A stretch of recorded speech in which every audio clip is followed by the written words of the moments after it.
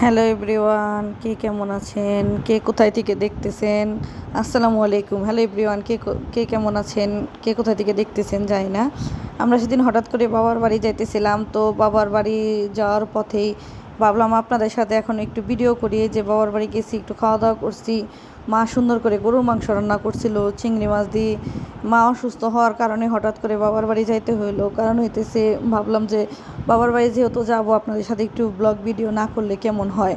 তখন তো ইন্টারনেট ছাড়া ছিল, তখন ভাবছিলাম কিভাবে এটা শেয়ার করব, তো এখন আবার ইন্টারনেট আসছে পরে আপনাদের সাথে বাবার বাড়ির ভিডিওটা শেয়ার করলাম। আমার বাবার বাড়িতে এতটুক জায়গার মধ্যে এত গাছগাছালি আমার ভাই বুনছে যা বলার বাইরে।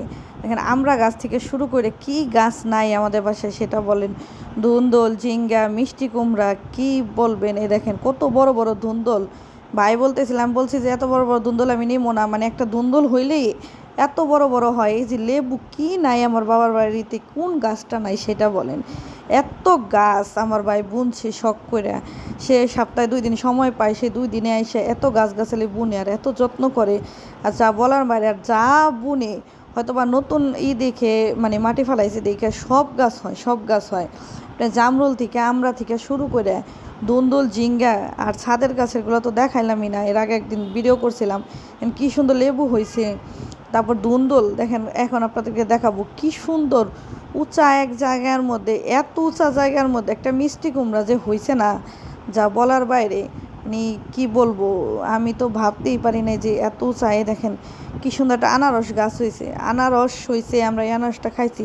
আনারসটা এত মিষ্টি, এত মিষ্টি যা বলার বাইরে, যা মানে ভাষায় প্রকাশ করার মতো না। এ দেখেন কি সুন্দর ফুল। এই যে মিষ্টি কুমড়া থেকে শুরু করে কি নাই।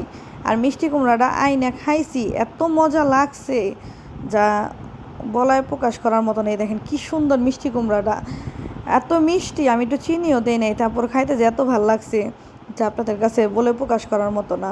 আসলে আমরা গ্রাম দেশে যারা আছি তারা আর যাই হোক সবজি খাওয়া দাওয়ায় কষ্ট করি না, কারণ ঢাকায় যতই গ্যাঞ্জাম হোক, যতই কিছু হোক, আমাদের এই সাইডে আমরা ভালোই থাকি। আমাদের এই সাইডে বুঝাই যায় না যে আমরা গ্রামে রইছি না, মানে আমরা কি বাংলাদেশে রইছি না অন্য কোথাও রইছি।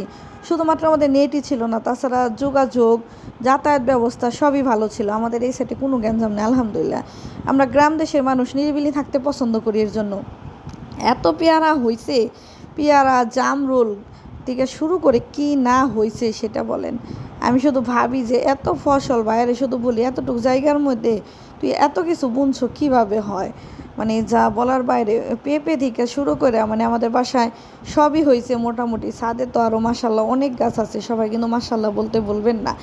আমরা কিন্তু মানে সবজি টবজি খুব একটা কিনে খাওয়া লাগে না, কারণ সবই আমাদের বাসায় হয়। তারপরে তো টুকটাক তো কিনতেই হয়, তাই না? এই সে অবস্থা। আমার এত দেয় যে আমি আমি নিতে চাই না, বিরক্ত। এত খাই কি, আমি 2টা বাচ্চা নিয়ে খাই, আমার এত খাওয়া হয় না। এই যে পরিস্থিতি, যাই এসে সবার বাড়িতে সবাই যদি একটু একটু করে সবজি টবজি বুনতো, যেমন আমার মতো যারা আছে সবজি বুনে না, সবাই যদি একটু একটু বুনতো, তাহলে মনে হয় সবজির অভাব হতো না। ধন্যবাদ।